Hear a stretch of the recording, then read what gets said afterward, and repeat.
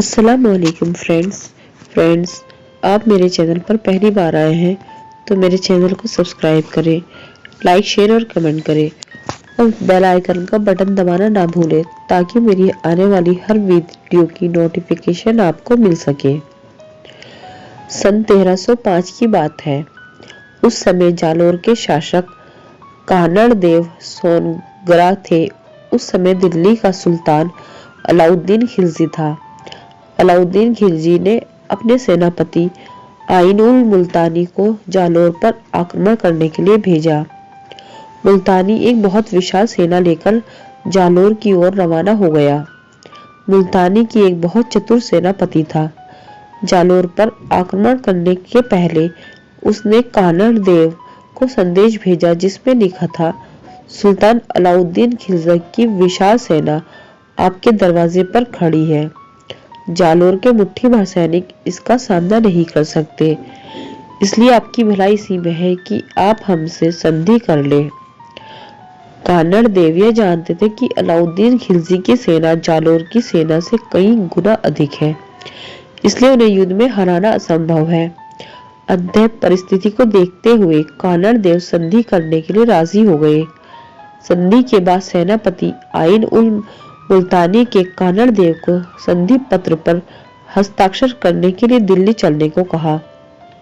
इस प्रकार कानड़ देव अपने पुत्र वीरम देव को साथ ले दिल्ली में अलाउद्दीन खिलजी के दरबार पहुंचे और कुछ दिनों तक दिल्ली में ही रुकते हैं। वीरम देव एक अत्यंत सुंदर और जोशीला नौजवान था। सारी दिल्ली में वीरम देव के रूप के चर्चे थे। एक दिन अलाउद्दीन खिलजी की बेटी राजकुमारी फिरोजा ने जब वीरम देव के बारे में सुना तो उसकी भी वीरम देव को देखने की इच्छा हुई। एक दिन सुबह के समय वीरम देव अखाड़े से लौट रहा था। उसी समय राजकुमारी फिरोजा ने अपने महल की छत से वीरम देव को देखा।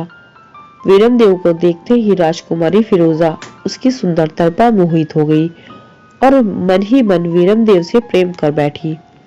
राजकुमार ने अपने पिता अलाउद्दीन खिलजी से कहा कि वह वीरम देव से विवाह करना चाहती है।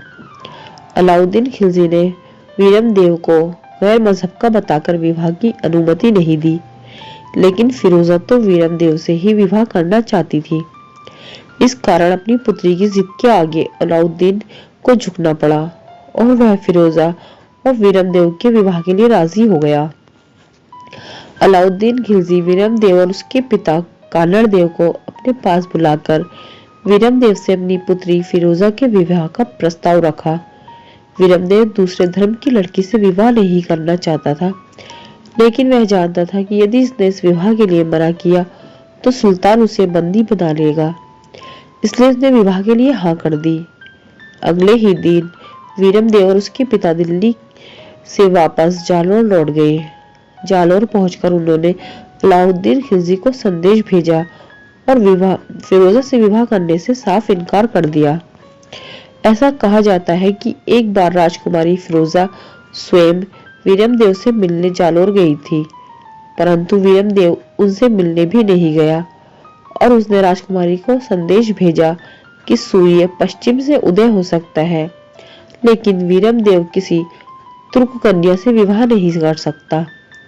वीरम देव का यह संदेश सुनकर फिरोजा वापस दिल्ली लौट गई, लेकिन फिरोजा तो अब भी वीरम देव से ही प्रेम करती थी और उससे ही विवाह करना चाहती थी। इसलिए उसने अपनी धाय माता को वीरम देव को समझाने के लिए जालोर भेजा। जालोर पहुंचकर फिरोजा की धाय माँ ने वीरम देव को बहुत समझाया कि फिरोजा आपसे बहुत प्रेम करती है और वह आपके बिना नहीं रह सकती। यदि आपने फिरोजा से विवाह नहीं किया तो सुल्तान अलाउद्दीन खिलजी जालोर पर आक्रमण कर देंगे। आप फिरोजा से विवाह करके इस व्यर्थ युद्ध होने से रोक सकते हैं। धाय माँ के बहुत समझाने पर वीरम देव नहीं माना और अंत में धाय माँ की भी निराश होकर वापस दिल्ली लौट आई। जब वीरम देव ने विवाह से मना किया तो अलाउद्दीन खिलजी बहुत नाराज हो जाता है और वह विशाल सेना भेजकर जालोर पर आक्रमण कर देता है। उस समय कहा जाता है कि जालोर को जीतने के पहले सिवाड़ा को जीतना पड़ेगा, क्योंकि सिवाड़ा एक ढाल की भांति जालोर की रक्षा करता था, इसलिए सिवाड़ा के किले को जालोर की चाबी कहा जाता था। सिवाड़ा के किले पर शीतल देव और सोमदेव नाम के दो भाइयों का अधिकार था। ये दोनों भाई जालोर के राजा कानड़ देव सोनगरा के भतीजे थे। खिलजी के सेना सिवाड़ा के किले पर आक्रमण कर देती है।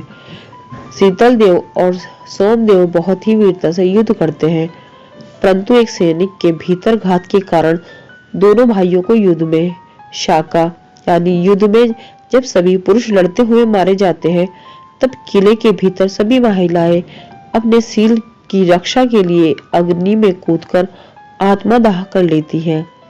इस प्रकार जब किले के सभी स्त्री और पुरुष मारे जाते हैं तो उसे शाका कहते हैं। शाका करना पड़ता है।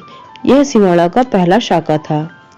इस युद्ध में दोनों भाई इतनी वीरता से युद्ध करते हैं कि उनके बलिदान को आज भी याद किया जाता है। जिस दिन यह युद्ध हुआ था, आज भी सिवाड़ में उस तिथि को प्रतिवर्ष दोनों भाइयों की याद में एक विशाल मेले का आयोजन किया जाता है। इस युद्ध के बाद अलाउद्दीन खिलजी का सिवाड़ा के किले पर अधिकार हो जाता है। अलाउद्दीन खिलजी सिवाड़ा का नाम बदलकर खैराबाद रख देता है। इसके बाद अलाउद्दीन खिलजी की सेनाएं जालोर पर आक्रमण करती है। कानड़ देव और वीरम देव वीरता पूर्वक लड़ते हुए अलाउद्दीन खिलजी की विशाल सेना का सामना करते हैं, परंतु अंत में उन्हें भी शाका करना पड़ता है। इस प्रकार जालोर पर भी अलाउद्दीन खिलजी का अधिकार हो जाता है। खिलजी जालोर का नाम बदलकर जलालाबाद कर देता है। युद्ध में जाने से पहले फिरोजा के सेनापति से कहा था कि यदि हो सके तो वीरम देव को जीवित पकड़कर लाना, यदि वह जीवित न रहे तो उसका मृत शरीर ही लेकर आना। परंतु यह युद्ध इतना भयानक था कि वीरम देव को जीवित नहीं पकड़ा जा सकता था।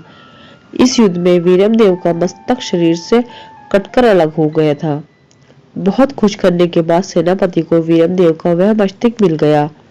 सेनापति उसके मस्तक को लेकर दिल्ली पहुंचा और जब राजकुमारी फिरोजा के पास वीरम देव के मस्तक को ले जाया गया तो उसे मस्तक को देखकर राजकुमारी असहनीय दुख हुआ। राजकुमारी फिरोजा वीरम देव के मस्तक को ले जाती है और उस मस्तक के साथ यमुना नदी में छलांग लगा देती है।